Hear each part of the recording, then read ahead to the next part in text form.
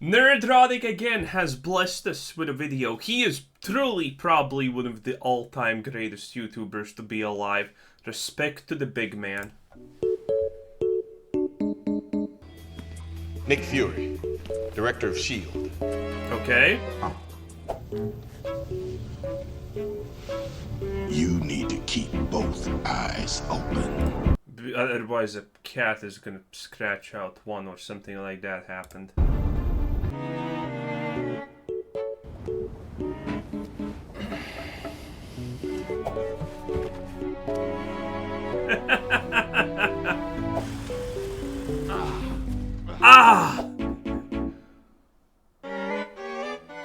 Nerderotic.com. Welcome you over 817,000 practitioners of That's a common lot. sense and the 40% who haven't subscribed yet. Just when you thought things couldn't get any worse for Disney, here comes Disney Marvel to say, hold my Bud Light. Sure, Bruh, Disney literally never disappoints at making things worse. They're like experts. They have honed their craft for years at this point. the last thing Disney Marvel put out turned out to be pretty good, Guardians of the Galaxy Volume 3, but as I said in that review, Doesn't that is count. an obvious holdover from better times, and now we are back Yep. to our regularly scheduled MCU programming. Bruh, he's gonna talk about the Secret Invasion. Let me just summarize the Secret Invasion for you real quick. Full spoilers, by the way. So, the Skrulls have taken over, like, the majority of Earth, but now they're just gonna fight amongst each other for some stupid reason. And, you know the Skrulls? They have literally every superpower available to the humans, mutants, and whatever. Well, that means they have the power of Hulk, Scarlet Witch, and a bunch of other reality warpers and completely OP characters. But you know what they're gonna do in a fight? They're gonna use that Drax juice, baby. That's right, Drax, the actual true goat. And the timing couldn't have been worse for the House of Mouse. On the heels of two massive flops with Elemental and Indiana Jones and the Dial of Dysentery, and another Sad. one possibly on the way, Haunted Mansion. And that's not to mention the tumbling stock. D Plus is struggling. And why is that stock tumbling? Well, I'm sure it's got something to do with the political fight they got into Florida, going against true. the family when you're They completely lost that one, by the way. a family brand, losing 4 million subscribers on D Plus in the second quarter, losing almost $1 billion in theatrical releases just in the last year, and that's not counting Indiana Jones and the Depends of Destiny, losing over $4 billion on the aforementioned D Plus streaming service. Add to that the Yo. hundreds of millions they lost closing the Galactic Star Cruiser and the $325 million they lost in the last year on the cruise ships. So no, it hasn't been Oh, a I didn't even know about the cruise ships. That's wild, but it does make sense. very good year for Disney, and you just hate to see it. So after all that, what's the significance of a little D Plus show that nobody watched called Secret Invasion? It's probably just a fart in the wind, and I would agree with No. that until I saw the last episode. The MCU is here to stay. As you may or may not know, Secret Invasion is a follow-up to Captain Marvel. Great Without stuff. Captain Marvel, that will lead to the Captain I mean, the Marvels too have been pushed a little bit back so they can remove more Captain Marvel from her own movie. Let that just sink in a little bit there. Marvel sequel called The Marvels, originally called Captain Marvel 2 until our titular character was demoted. Is that like a personal attack or Yes. something? A film that requires Wait, you to wait, Nerdrotic. I think you just went too far, my dude. Did you just insinuate Brie Larson? Oh, actually, her feet are pretty bad. Oh, jeez. a film that requires you I take it back. I take everything I said back. to watch 3 shows you probably didn't. WandaVision, Miss Marvel, and Secret Invasion. Secret Invasion is very loosely based on the comic book series from Marvel, which came out of the events of Annihilation, which is one of the single best crossovers they've ever done, and leads into Dark Reign. Now, when I say loosely based, the only thing they have in common is the title. Secret Invasion, the D Plus streaming You know it's show, gonna be is good. about a genocidal maniac Skrull named Gravik who wants to exterminate humanity because Nick Fury broke a promise to him when he was 9. The very sad and broken Nick Fury is aided by a I mean, yeah, technically, but at the same time, the fun fact is Nick Fury had no reason to break that promise. He just broke it because he felt like it. So, technically, he's nothing wrong. Couple of very powerful girl bosses who do all the heavy lifting Lovely. while they continually remind him that he is sad and broken as he embraces his strange kind of love. How strange? Well, how about that? We will most certainly get into that later, and it's Yeah, his wife's a scroll or something because reasons, and he doesn't actually care. It's an actual upgrade. not even the worst thing. It's not like Nick Fury hasn't already been vandalized. We found out in Captain Marvel, if you did see it, and if you didn't, you're much better off, that instead of being the veteran of foreign wars and a lifelong super spy, he was essentially a pencil pusher who got his eye scratched out by a kitty cat. I mean, we say this a lot with Disney Marvel, but how much worse could it get? It turns out a lot. And this has become a staple for Disney Plus shows, particularly with Disney Marvel. Oh yeah, Loki Part 2 is coming out because, you know, the first one was so well received and loved by, you know, 5 people, maybe if they're lucky. Secret Invasion starts out just bad. Bad acting, bad writing, bad editing, poor execution overall, but not the worst thing I've seen on this platform. And by the end of the series, it's extraordinarily bad. It pulverizes the character of Nick Fury and completely upends what's left of the MCU, which isn't much. And I would be remiss not to mention that in the middle of a Writers Guild and a Film Actors Guild strike, partially over AI, the opening credits are made by AI. Good. And the first mistake. Dude, those writers deserve all the bad things in life that are coming in their direction. They're like the average writer who works for crap like this, and by the way, the people who are pro this thing for this garbage are in the literal top 10% of the earners in the country, probably top 5 in a lot of cases, and they're pissed they're not getting more. Make shit, lose money, demand more pay. I wish I could do that. Mistakes are made within the very first frames of this streaming show when they say present day. When it's not present day in the MCU, it's 2025, which is an interesting coincidence because that's the very same year that most of their content, due to the aforementioned strike, has been delayed to. Now that the WGA and the Film Actors Guild is on strike, you might have noticed that it's been kind of quiet, kind of nice. Coincidentally, there's also 2 films absolutely killing it at the box office right now. But before all that, Sam Jackson did his very best on-brand Disney Marvel pissing off fans you can't afford to lose. From the Citadel of Journalism Vibe on June 23rd, 2023, Samuel L. Jackson compares redneck Donald Trump to 1960s bigots. Then he followed that up by throwing Brie Larson under the bus, saying the election of Donald Trump broke her. Well, in fact, it broke her. Samuel. Bruh, I don't think Brie Larson actually cared. She was already broken. I can fix her though. I can just give me I can fix her. Not her feet though, it looks like, but I can fix her. L. Jackson and the rest of Hollywood beyond repair. Forgive me for stating the obvious, but whether you like Donald Trump or not, people are sick of hearing this. No one wants to hear how an election of a former president broke a couple of millionaires who pretend for a living. And I have very little doubt that that contributed to it being the second lowest viewed Marvel show on D+. And it's currently sitting at a 4.1% user score on Metacritic, and it's sitting at a 58% audience score on Rotten Tomatoes. Oh, that's actually not that bad. This is like the surprising part. It's actually not that bad, which is crazy. Which is only 2%. You can see the critics were kind of mean to it, but that's just because there wasn't enough girl bossing. There was a decent amount of it, but there wasn't enough, you know? Not every character was a girl boss, which kind of explains the negativity of the critics.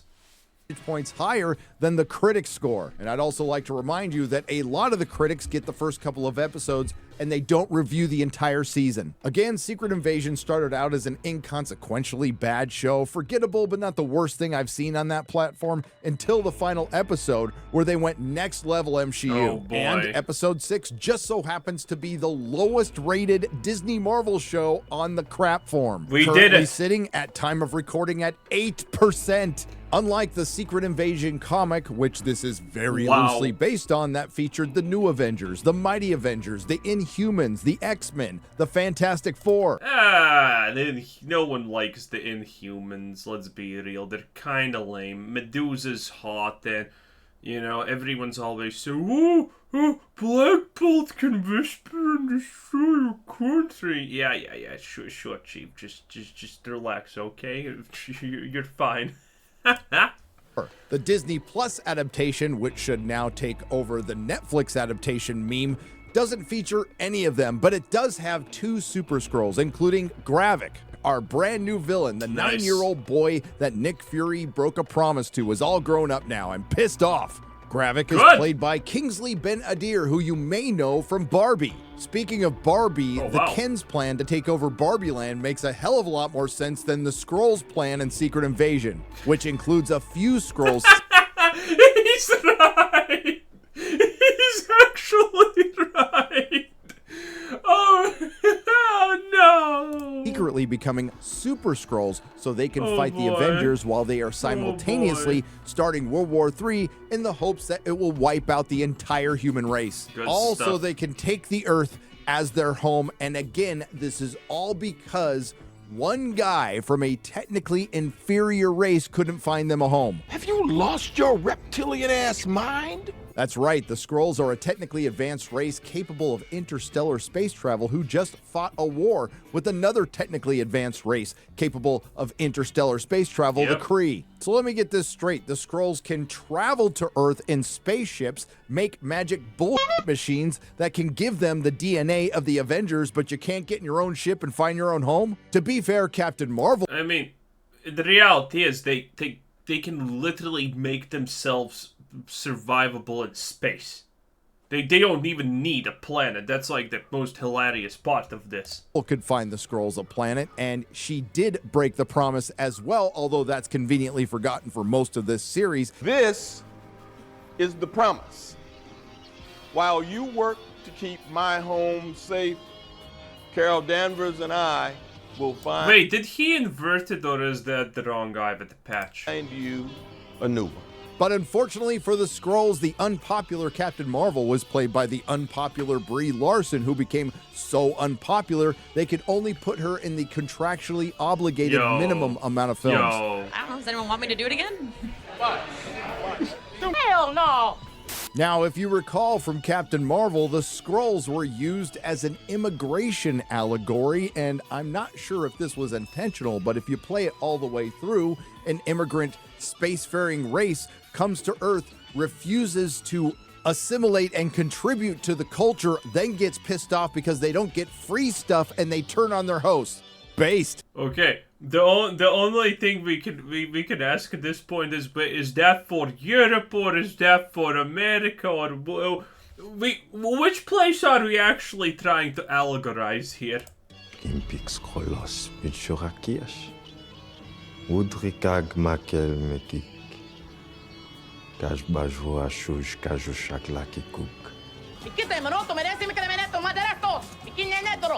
Speaking of allegories, we have a new character that just so happens to be Nick Fury's wife and a Skrull, Priscilla, who also happens to be completely allied with the terrorist Skrull Gravik. Now, she did go against the order that came from Gravik to kill her husband Nick Fury, but she didn't seem to have a problem with the rest of humanity being completely... Also, the idea that she needs a gun for that?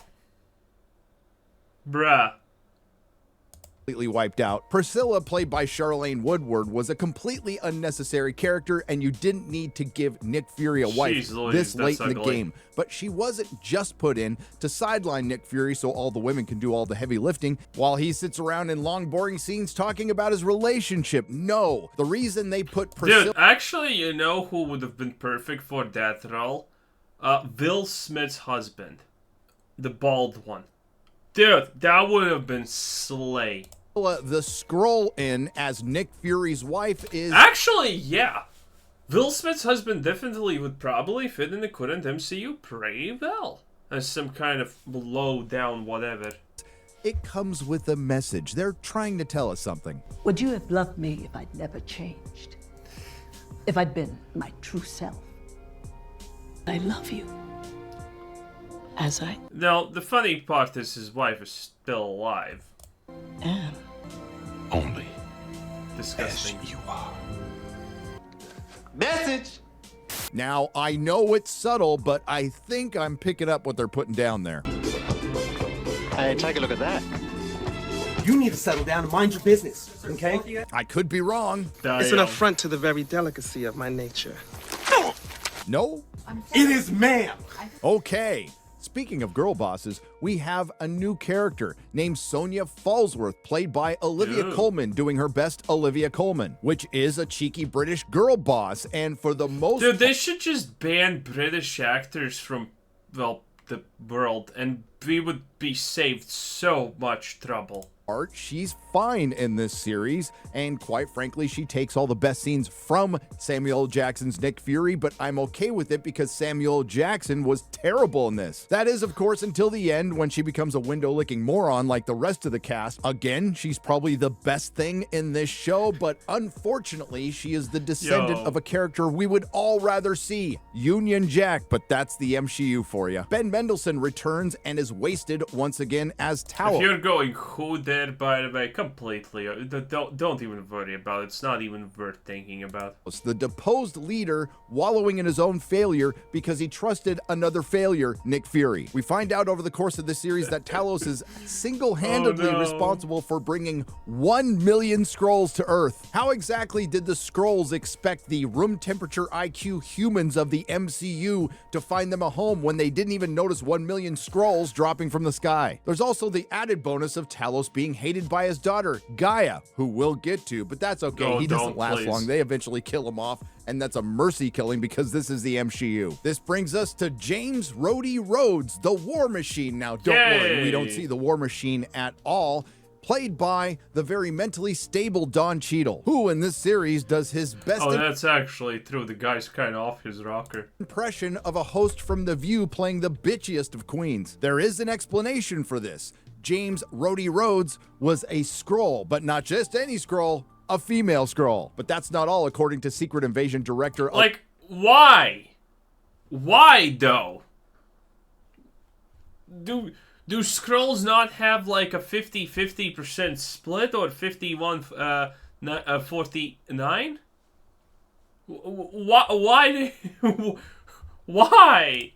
Elisa Lem, James Rhodes has been a Skrull since Civil War. I think his leg's not working in the end of episode 6, and him being in the hospital gown points to Captain America Civil War. I can't even begin to tell you how many continuity problems that creates for the MCU, but let's just point out one. The Skrulls needed Nick Fury to find them a new hospitable planet. Well, it just so happens that the James Rhodes Skrull was on one in Endgame when they killed Thanos the first time. Looks pretty nice, doesn't it? And again, there's too many problems to count. He doesn't know Tony Stark. Finding a good planet in the Marvel universe is literally like going to terraform Mars, which hasn't happened yet, but you know, at some point we're gonna get there. He's dead. He wasn't at Tony Stark's funeral. He wasn't at the Battle in Infinity War. He wasn't at the Battle of Endgame. He wasn't in this scene in Falcon and Winter Soldier. And now it's time to talk about the show's main character. Also, I just want to point one thing out also that people, for some reason, forgetting it. If the Skrulls had been there for that long while Endgame was happening, and, you know, they have literally a million Hulks, did they not care about half of them potentially being snapped out of existence by Thanos? I mean, wouldn't that have been an absolutely amazing reason to actually, you know, like, do shit? Not let the lower evolved species maybe handle it for you? Fury, who Disney Marvel has turned into Nick Fury. I don't get the whole dog thing. What's to get? Dog's a man's best friend. Just in case you didn't catch it the multiple times they told us in this thankfully short 6-episode series, Nick Fury is sad and broken after the blip. And just in case you didn't notice, he's black. Going for a walk. You going for a walk in Moscow at night? You're gonna stand out. So they go out of their way to point out that Nick Fury might stand out in Russia, but it's completely okay for this Skrull to wander around without a problem. And then there's this. I kind of see that happening in real life and no one caring in Russia. Yeah, I kind of can honestly by it without any problems. Let's recap again. Nick Fury from the comics, who didn't look like Samuel L. Jackson, at least in the 616, was a veteran of foreign wars and a super spy. Nick Fury, who is Samuel L. Jackson in the MCU, was a pencil pusher who lost his eye to a kitty cat and a total fraud. When I came here in 1995, you were just a benchwarming nobody in a dumpy field office in S.H.I.E.L.D. Bitch woman? You know, we fed you more dirt and intel than you could have uncovered on your own in a lifetime. So please, cool. Every enemy you sabotaged and ally you leveraged with dirt no one else in the world had access to, we did that. Seems to be on brand for the MCU. You got any more abuse you want to hurl my way? I think that's a question for Kevin Feige. Samuel L. Jackson is awful in this show. He meanders from scene to scene as this sad and broken man, and there's hot take, he hasn't been good in a while. Yeah, it's just, it hasn't been happening in a while, dude. no real character arc for Nick Fury. It's a character line. He begins sad and broken and ends this show sad and broken. And he doesn't even get to kill the big bad Gravik in his own show. But he does get to save President Dylan Mulvaney. I'm sorry, Dermot Mulroney. So after the Skrulls tried to destroy humanity by A, killing 2,000 people in a bombing in Russia, trying to launch a nuclear bomb, and trying to kill the president, President Mulroney finally makes a logical. Now, the reasonable question to ask there is, why did they need all bombs if they can just, send a lot of people, send people to the Shadow Realm with some kind of mind break Yu-Gi-Oh technique? I don't know. Decision, which of course Nick Fury calls a hateful speech. The terrorists responsible were a shape-shifting, alien-born species. No, that's hateful, yes. We know who you are. We know how to find you. Do you, though? We will kill every last one of you. I was relieved that we made it out alive. I was relieved too, till I watched that hateful-ass speech you made. So what is Nick Fury to do after he brought the Skrulls to Earth, who brought 1 million more Skrulls? He didn't kill the bad guy Gravik and didn't tell the Avengers, but he did break a promise to a 9-year-old boy Skrull, which in turn has completely destabilized the planet. Does he stay and Wait. If I actually... Huh. Kind of looks interesting. Completely destabilize the planet? Does he stay and deal with the problem, or off to space with his new wife to embrace his strange kind of love? If you chose he off to space with his wife to embrace his strange kind of love to be replaced by a female character, you got it right. This brings us to Gaia, the real hero of Secret Invasion. Like I said, this show was mostly boring until it went next level in episode 6, but I do have to credit Emilia Clarke for not changing her facial expression for 6 entire episodes. But as bad as all of that was that I've already gone over in this crap show, this is by far the worst. Hey, at least it's not the girl that plays in Indiana Jones. I don't remember her name, but, she pretty much destroys literally anything she is a part of. So, well, it's hard to destroy this, but you get the point. We have this expressionless Emilia Clarke. Wandering through this show, somehow she's either infiltrating the Skrulls on the orders of her father Talos or running away from Talos. I'm not really sure, it depends on what episode you watched. But the character and plot inconsistencies and contrivances are nothing compared to this. Little Emilia Clarke's Gaia becomes the most powerful superhero in the MCU. Now, Gravik was also a Super Skrull, but he wasn't as powerful as little Emilia Clarke because he's a man. Once again, the technically advanced spacefaring Skrulls who needed the technically inferior humans to find them a home were able to make a magic bullshit machine that will turn them into Super Skrulls. All they needed was DNA, and they got part of the way there. They got the Extremis, probably from either Aldrich Killian or maybe even Tony Stark.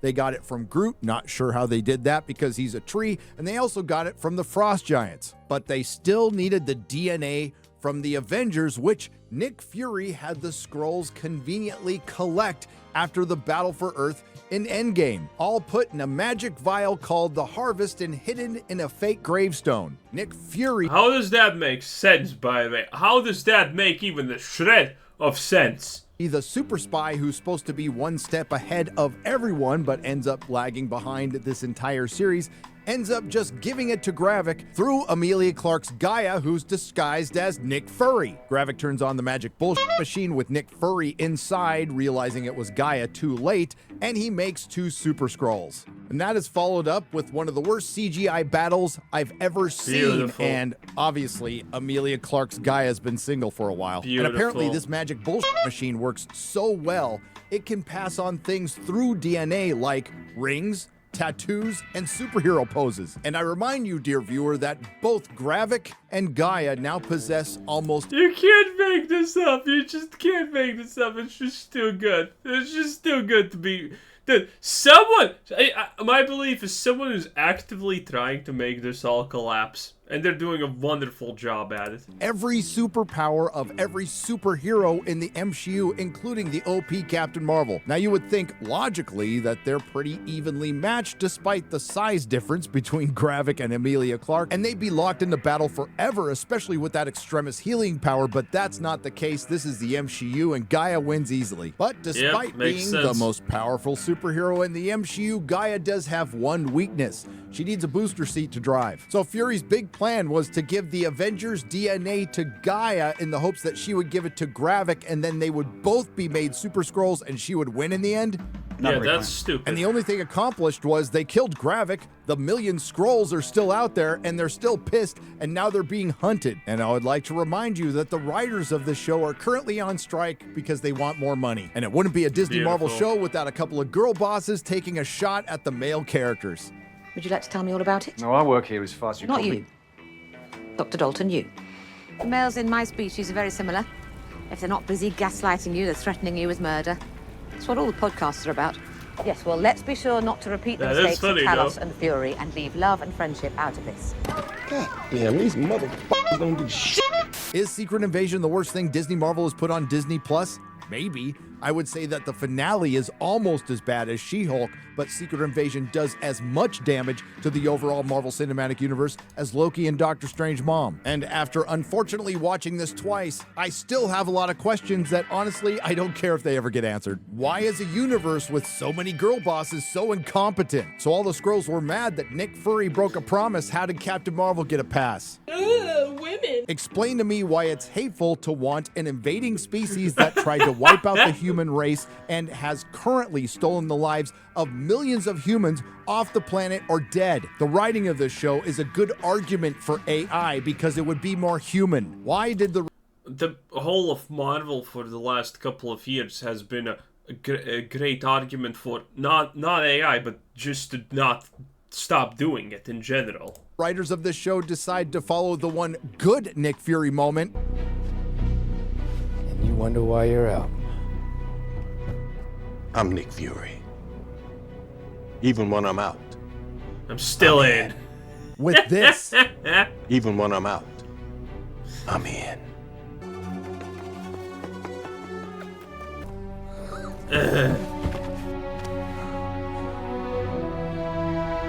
How the fuck has Rhodey been a Skrull since Civil War?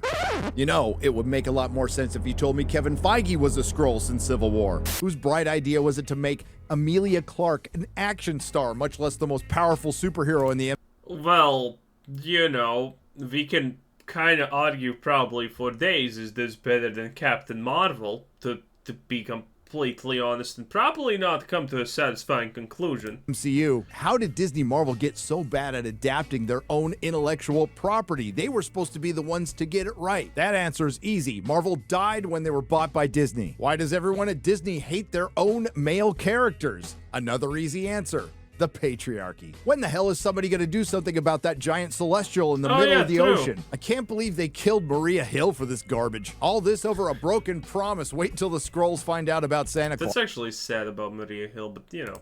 And it shouldn't be a surprise to anyone to hear that the lowest rated Disney Marvel show on D+ was still being edited while the series was airing. Secret Invasion director appears to admit series was cobbled together in the editing room even as they were releasing new episodes. Director Salim appeared to reveal that later episodes in the entire story of the series was being put together as they released the first episode. And I think as we were editing, we're still finding the story. We were finding the story on episode 6 up until episode 1 had already aired. And believe it or not, Secret Invasion required 28 months of production and cost $212 million for this crap. I would have wished it cost like 2 times more, honestly. That would have been great. Sum it up, it's just another Disney Marvel D+ show, and it wouldn't be that without the complete dismantling of another Marvel legacy character. Like I've said before, Disney didn't I honestly think Nick Fury has been gone for a very long time, and the fact that he's like here more pitiful than ever, literally, you know, getting space aids or something like that now, I don't honestly give a shit. I'm so past that. Start the MCU, but they're sure as hell gonna finish it, and that time has come. Also, I think this was meant to be Donald Trump. Just pointing it out there. I think this was Trump.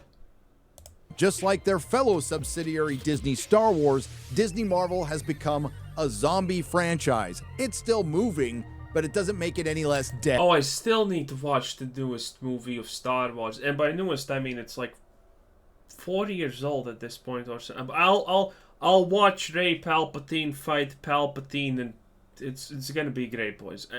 I'll honestly do it at some point. Maybe. Ed, if you like what you heard, please like, share, and subscribe. If you didn't like what you heard, I thank you for listening this long. I will see you in the next video. Fuck up. Everyone liked what they saw. Nerdrotic is amazing. Bye. And as always, the plug for his second channel, which is arguably better than this channel because it uploads more often. It is what it is. Man, beautiful. Beautiful!